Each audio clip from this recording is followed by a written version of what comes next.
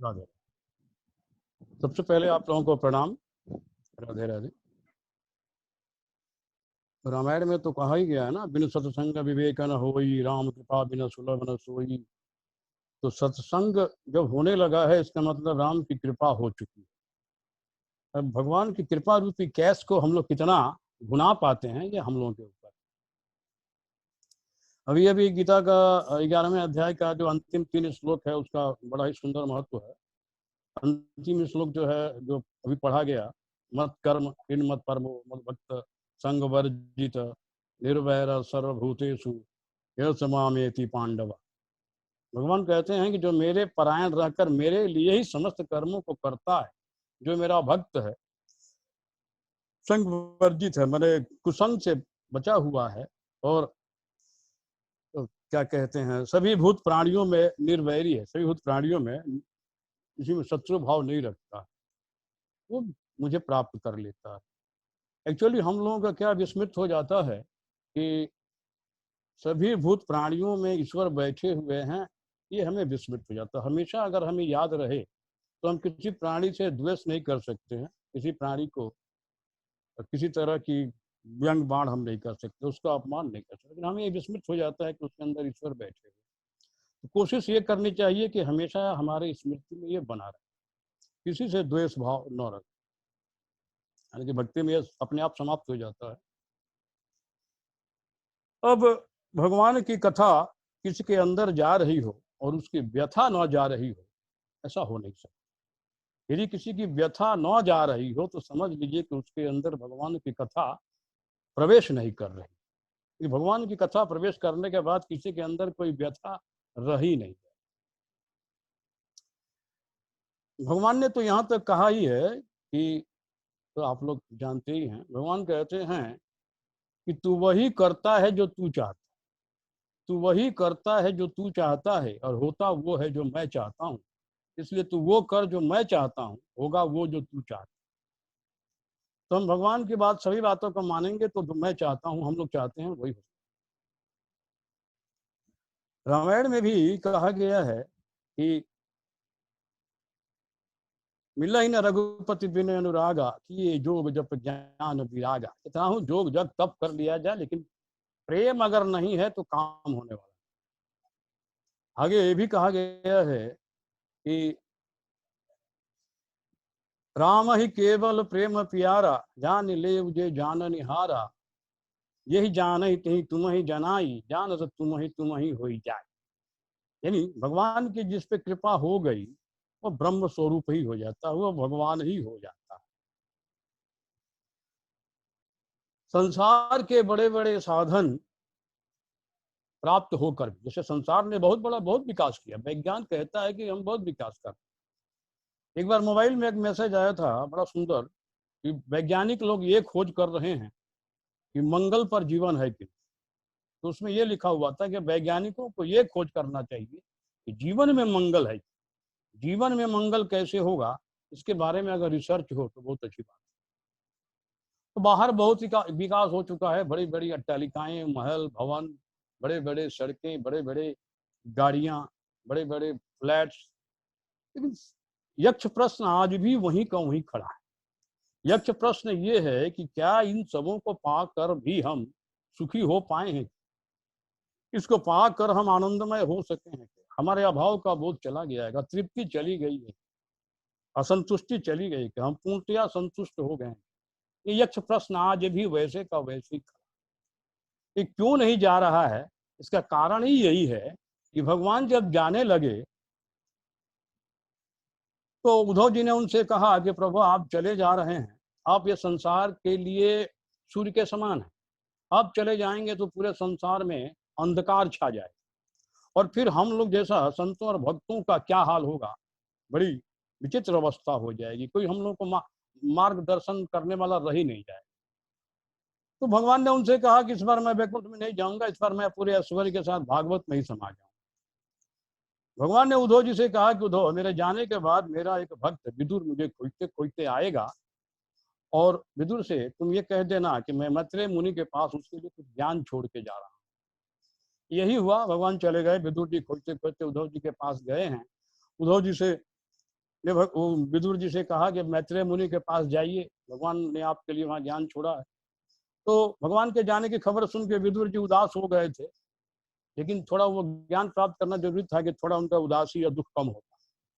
तो उद्धव जी से भगवान ने, विदुर जी ने उद्धव जी से कहा कि आप ही बता दीजिए। तो उद्धव जी ने कहा कि नहीं, ये मेरा काम नहीं है, जिनके पास भगवान तुम्हारा ज्ञान छोड़कर गए हैं वही।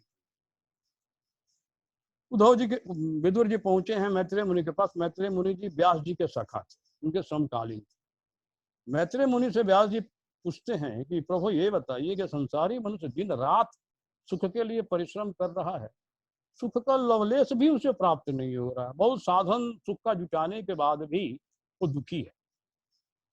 परिश्रम का फल उसका दुखमय हो जा रहा है। अगर परिश्रम कर रहा है, उसका फल सुख न मिले तो ये सोच लिया जाए कि चलो परिश्रम बेकार हो, लेकिन परिश्रम कर रहा है सुख पाने के लिए, उसका परिणाम दुख हो जा रहा है। जैसे किसी भी वस्तु को हम संसार में इकट्ठा करते हैं, वही वस्तु बाद में हमें दुख देने लगती है। ऐसा क्यों? तो विदुर जी ने, मैत्रेय मुनि ने कहा कि विदुर जी, ये सारे सांसारिक प्राणी गलत एरिया में, इस एरिया में सुख नहीं है, उस एरिया में सुख पाने का प्रयास कर रहे हैं। उन्होंने कहा कि लोग चप्पल की दुकान में बार बार मिठाई खरीदने जा रहे हैं, दुकानदार मना कर रहा है कि यहाँ नहीं है, फिर भी लोग मान नहीं रहे, वहीं पे बार बार जा रहे हैं, सुख की प्राप्ति हो। अब कहाँ सुख है, वहां हम चले, शास्त्रों में चले। तो शास्त्र कहते हैं कि संसारी प्राणी हमसे बहुत दूर चले गए, जब तक वो वापस नहीं लौटेंगे तभी उन्हें सुख का रास्ता मैं बता कैसे सकता हूँ। हमारे शास्त्र कह रहे हैं, जब कोई प्राणी हमारे आश्रय में आता है, आश्रित होता है, तब हम उस सुख का रास्ता बताते हैं। सुख का रास्ता केवल और केवल ईश्वर है, आनंद पाने का रास्ता केवल और केवल ईश्वर है। कुछ लोग हैं कि मुक्ति के चक्कर में पड़ जाते हैं। चैतन्य महाप्रभु ने कहा था, 1000 बार नरक में जाना पड़े तो जाओ। क्यों? नरक की एक सीमित अवधि हो, उस अवधि को क्रॉस करके, उस अवधि को बिता करके जब फिर संसार में आओगे तो कोई ना कोई संत महात्मा तुम्हें मिलेगा और भगवान का आनंद प्राप्त तुम्हें करा देगा। चैतन्य महाप्रभु कहते हैं कि ये जो मुक्ति है ना, ये डाकिनी है, इसके चक्कर में पड़ना ही नहीं। कहते हैं कि जार चित्ते है कृष्ण प्रेम उदय, तारा वाक्यो कथा मुद्रा विधि ना बुझाए। जिसके चित्त में कृष्ण प्रेम उदय होता है, उसके वाक्य को, उसकी बात को, उसकी मुद्रा को ब्रह्मा विधि भी नहीं समझ सकते। ये चैतन्य महाप्रभु का कहना है। अधिकांश लोग मुक्ति के चक्कर में पड़ जाते हैं। मुक्ति बहुत ही छोटी चीज है। एक बार रामायण में काकभूषुंडी जी से भगवान ने कहा मजाक के लहजे में कि मांग भुसुंडी मांग बर अति प्रसन्न मोहि जान, अड़िमादिक अपर निध मोक्ष और सकल सुख खान। कहते हैं कि काकभूषुंडी, आज मैं तुम्हारे ऊपर बहुत प्रसन्न, जो मांगना है मांगो, संसार मांगो, मुक्ति मांगो, अपर निधि मांगो, जितनी सिद्धियां हैं वो मांगो, मैं तुरंत देने को तैयार। काकभूषुंडी जी थोड़ी देर प्रभु की ओर देखते रहे, उसके बाद बोले कि भगवान, लगता है कि आज आप सुबह सुबह थोड़े ठंडाई पी, थोड़े आप नशे में हो। भगवान ने कहा क्यों? काकभूषुंडी जी ने कहा कि आपने वेदों में कहा है कि हम भक्त पराधीन हो, मैं भक्तों के अधीन हूँ। भगवान ने कहा कि हाँ बिल्कुल हूँ। काकभूषुंडी जी ने कहा मैं भी तो आपका परम भक्त हूँ, मेरे भी आप अधीन होंगे। भगवान ने कहा तुम्हारे अधीन तो मैं बिल्कुल ही हूँ, तुम तो एक नंबर के भक्त। काकभूषुंडी जी ने कहा कि प्रभु, जब आप मेरे अधीन हैं तो आपके अधीन जितनी वस्तुएं हैं वो तो मेरी ऐसे ही होगी, तो हमको मांगने की क्या जरूरत? यदि कोई सच्चा भक्त हो, उससे भगवान को कुछ मांगने की जरूरत ही नहीं है। ब्रह्मा जी स्तुति करते समय भागवत में कहे हैं, हे प्रभु, आपका कोई भी भक्त वैसे ही उत्तराधिकारी हो जाता है जैसे संसारिक पुत्र जो है अपने पिता की सारी वस्तुओं का अधिकारी हो जाता है। उसको कुछ मांगने की आवश्यकता ही नहीं। हमें ईश्वर से केवल आनंद मांगना है, केवल आनंद। मुक्ति को तो रामायण में काकभूषुंडी जी ने कहा है कि जीवित थल बिन जल रही न सकाई, कोटि भांति को करे उपाय। इस प्रकार से जल का जो आधार है वो पृथ्वी है, थल है। थल के बिना जल टिक ही नहीं सकता। इसलिए तथा मोक्ष सुख सुन खगराई रही न सकी हरि भगति बिहाई। इसी प्रकार से जो मुक्ति है, जो मोक्ष है, वो भगवान की भक्ति उसका आधार है, बेश है। भक्ति के आधार के बिना मुक्ति टिक ही नहीं सकती। इसलिए राम भजत सोई मुक्ति गोसाई अन इच्छित आवत बरिया। जो भगवान की भक्ति करता है, भजता है, उसके पास मुक्ति बरियाई आती है, जबरदस्ती आती है, और उस भक्त के संत के चरणों में पढ़कर कहती है कि मुझे अपना लो। लेकिन जो भक्त होता है वो कहता है राम भगत सोई परम सयाने मुक्ति निरादर भगति लुभाए। वो मुक्ति को निरादर कर देता है, ठोकर मार देता है, केवल और केवल भक्ति को ही ग्रहण करता है। भागवत में भगवान कहते हैं कि भक्ति प्राप्त करने का उपाय, एक भक्ति हम करते हैं, एक प्रेमा भक्ति हमें मिलता है, एक ज्ञान हम अर्जित करते हैं और एक ज्ञान हमें ईश्वर के द्वारा दिया जाता है, इनसे हमारा कल्याण होगा। तो भगवान कहते हैं कि भक्ति प्रेमा भक्ति प्राप्त करने का उपाय बता रहे हैं। भगवान कहते हैं कि श्रद्धा अमृत कथायाम में स्वनमद्म कीर्तनम परिनिष्ठा च पूजायाम स्तुति भी स्तवनम। भगवान कहते हैं उद्धव, जो मेरी प्रेमा भक्ति प्राप्त करना चाहता हो, मेरी अमृतमयी कथा में श्रद्धा रखे, निरंतर मेरे नाम गुण लीला का कीर्तन करता रहे, मेरी पूजा में अत्यंत निष्ठा रखे और स्तोत्रों के द्वारा, मंत्रों के द्वारा मेरी स्तुति करे। हालांकि मंत्र याद ना हो तो हिंदी में बोलने से भी चलेगा, लेकिन संस्कृत से अगर दो चार मंत्र याद हो जाएं, क्योंकि ईश्वर की जो भाषा है, ये संस्कृत जो है ये दैवी भाषा, ईश्वर की भाषा है। भगवान कहते हैं कि उद्धव, मेरे भक्त तो ऐसे अकिंचन होते हैं, कहते हैं न किंचित साधो धीरा भक्ता है कंतिनो मम वांछन्त्यापि मया दत्तम कैवल्यम पुनर्भम। भगवान कहते हैं कि मेरे भक्त तो ऐसे साधु, ऐसे अकिंचन होते हैं, बेपरवाह होते हैं, मुझसे कुछ चाहते ही नहीं। मैं उन्हें कुछ देना भी चाहता हूं तो वो मुक्ति तक की भी अभिलाषा नहीं रखते, मुक्ति को भी वो त्याग देते हैं। कहते हैं प्रभु हम ये सब लेके क्या करें, हमारा आपसे केवल संपर्क बना रहे, हमारा आपसे संपर्क बना रहेगा तो फिर और किसी वस्तु की आवश्यकता ही। मीरा जी ने एक बार तुलसीदास जी को पत्र लिखा था, ये आप लोगों को पता भी होगा। मीरा जी ने लिखा था कि मुझे घर वाले बार बार परेशान करते हैं, भक्ति नहीं करने देते हैं। इसके उत्तर में तुलसीदास जी ने एक दोहा लिख कर भेजा था कि जाके प्रिय न राम भय देहि तजिए ताहि कोटि सम ताहि तजिए कोटि भय ताज तजिए ताहि कोटि बैरी सम जद परम सनि। यदि भक्ति के मार्ग में कोई बाधा पहुंचाने वाला हो, अवरुद्ध खड़ा करने वाला हो, तो अपना सगा ही क्यों न उसका त्याग कर। भरत जी ने माता कैकेयी का त्याग किया है, शुक्राचार्य का त्याग राजा बलि ने किया है, गुरु का त्याग किया है, विभीषण ने भाई का त्याग किया है। तो कहने का मतलब क्या हुआ, जहां पर भगवान की प्राप्ति में कोई भी बाधक हो वहां पर सहर्ष त्याग कर देना चाहिए, भक्ति को तीव्र बढ़ाना चाहिए। कपिल भगवान ने अपने माता को उपदेश देते समय कहा है कि संसार में उसी मनुष्य का आना सफल है माता जिनका चित्त तीव्र भक्ति योग के द्वारा मुझ में लग के स्थित हो गया, स्थापित हो गया। अष्टांग योग में जो हम लोग पढ़ते हैं, योगियों के लिए जो साधनों, योगियों का जो 8 जो अंग हैं, यम नियम आसन प्राणायाम प्रत्याहार धारणा ध्यान समाधि, तो 5 जो हैं ये तो मन को शुद्ध करने के लिए, मन को कंट्रोल में करने के लिए। ये आसन प्राणायाम जो लोग ये पार्कों में करते हैं वो आसन प्राणायाम है नहीं, वो एक तरह का एक्सरसाइज। आसन इसलिए किया जाता है कि 8 घंटा 10 घंटा 6 घंटा 5 घंटा एक स्थान पर हम बैठ सकें, आसन को जीतना कहा जाता है। और प्राणायाम के द्वारा मन को धीरे धीरे बस में करने को कहा गया। भक्ति मार्ग में जरूरी ही नहीं, जैसे गोपियां थी, गोपियां कभी भी बैठ के 8 घंटा 6 घंटा भगवान का ध्यान नहीं करती, गोपियां हमेशा भगवान के चिंतन में रहती, कृष्ण चिंतन में ही हमेशा रहती थी, अर्थात वो समाधि अवस्था। धारणा ध्यान समाधि का मतलब होता है कि आपका मन भगवान में लगने लगा, ये हुआ धारणा। जब मन को आप लगाने लगे तो वो हुआ धारणा, मन लगने लगा तो ये हुआ ध्यान, और मन लग के स्थिर हो गया, फेविकोल की तरह चिपक गया, ये हो गई समाधि। इस समाधि की अवस्था धारणा ध्यान समाधि।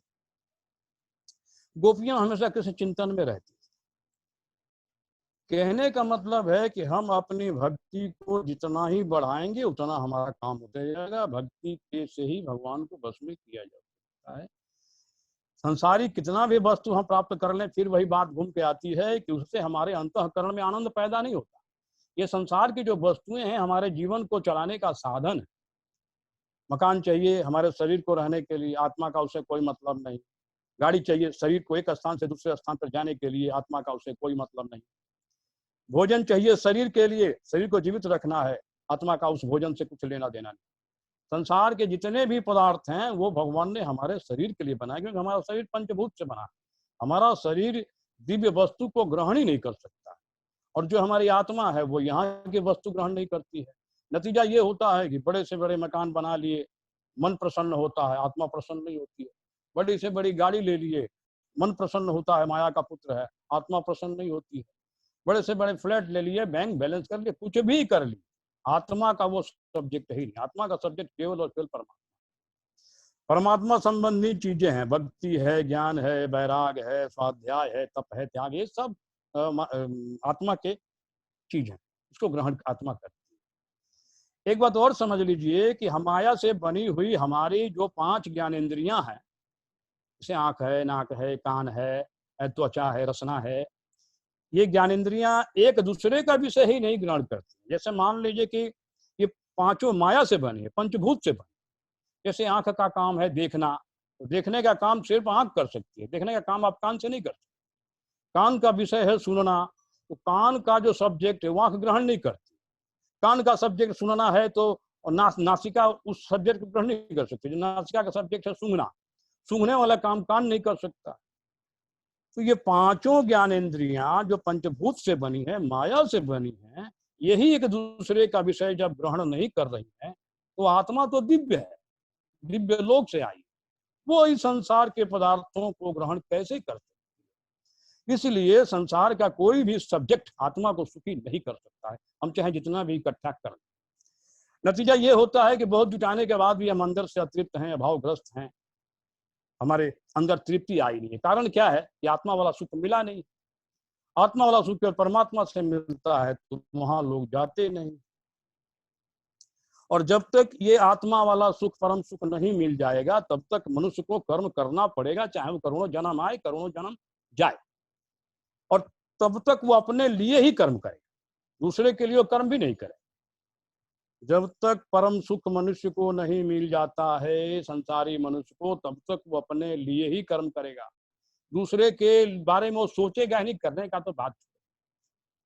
हमारे उपनिषदों में एक मंत्र है, ये कहा भी जा चुका है कि नवारे पत्तु कामाय पति प्रियो भवति, आत्मनस्तु कामाय सर्वम प्रियम। उपनिषद ये कहता है कि अरे कोई भी संसारी मनुष्य दूसरे संसारी मनुष्य के सुख के लिए कर्म कर ही नहीं सकता है। संसार का बाहरी लोगों का तो छोड़, एक परिवार के अंदर भी जितने लोग हैं वही एक दूसरे के सुख के लिए कर्म नहीं करते।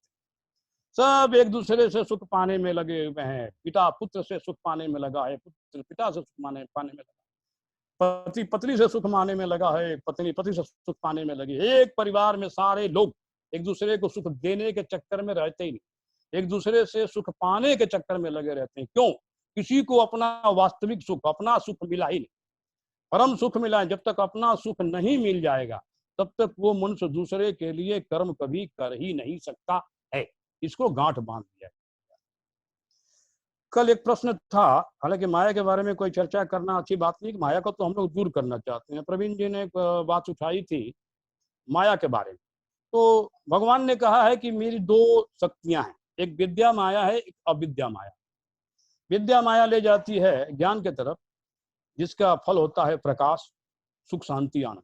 अविद्या माया ले जाती है अज्ञान की तरफ, उसका परिणाम है अज्ञान, सुख, दुख, शोक, मोह। ये सब सुख नहीं, दुख, मोह, शोक, ये सब। एक गुणावली का माया भी भगवान का होता है, वो उस माया को भगवान ही समाप्त करते हैं। इसलिए ज्ञानियों का माया समाप्त नहीं होती। ज्ञानी बहुत आगे बढ़ भी जाए तब भी उसका पतन 99% हो जाता है या होने की संभावना रहती है, क्योंकि गुणावली का माया समाप्त नहीं होती। जैसे विश्वामित्र जी को माया लगी थी, बहुत ऊंचाई पर पहुंचने के बाद भी जमीन पे गिरे। भागवत के 11वें स्कंद के 3 अध्याय में माया और माया से पार होने का उपाय बताया। तो नौ योगेश्वर राजा निमि से कहते हैं, राजा निमि पूछते हैं कि हे राजन, हे प्रभु, मैं संसार के कुएं में पड़ा हुआ मनुष्य हूं, मृत्यु का शिकार हूं, माया ने मुझे दबोच रखी है, किस प्रकार से मैं इस माया को पार हूं। तो नौ योगेश्वरों में से एक योगेश्वर कहते हैं कि राजन, वास्तव में माया का कोई स्वरूप नहीं, माया अनिर्वचनीय, इसके बारे में बताया नहीं जा सकता। माया के कार्यों द्वारा माया का पता लगाया जाता है, पता चलता है। तो अब बताते हैं, कहते हैं कि माया को किस कार्य से माया के स्वरूप का पता लगाया जाएगा, वो बता रहे हैं। नागेश्वर कहते हैं कि राजन, इस पंचभूत से बनी हुई शरीर में अंतर्यामी रूप से परमात्मा प्रवेश करते हैं और परमात्मा ही अपने को एक मन के रूप में, 5 ज्ञानेंद्रियों के रूप में, 5 कर्मेंद्रियों के रूप में अपने आप को विभक्त कर लेते हैं, अपने आप को बांट लेते हैं और फिर इंद्रियों के द्वारा विषयों का भोग कराने लगते हैं।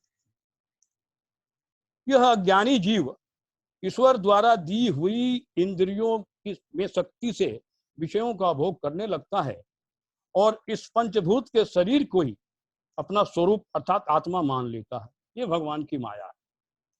दूसरा बताते हैं, यह जीव कर्मेंद्रियों के द्वारा सकाम कर्म करने लगता है और अपने शुभ कर्मों का फल सुख और दुख कर्मों का फल दुख भोगने लगता है और शरीरधारी होकर भी संसार में भटकने लगता है। ये भगवान की माया है। और कहते हैं, यह अज्ञानी जीव अपने कर्म, संसारिक कर्मों के वशीभूत होकर प्रलय पर्यंत, यानी जब तक प्रलय नहीं हो जाता है तब तक कर्म गतियों के वशीभूत होकर उनके फलों को प्राप्त होकर के जन्म पे जन्म और मृत्यु पे मृत्यु प्राप्त करता रहता है।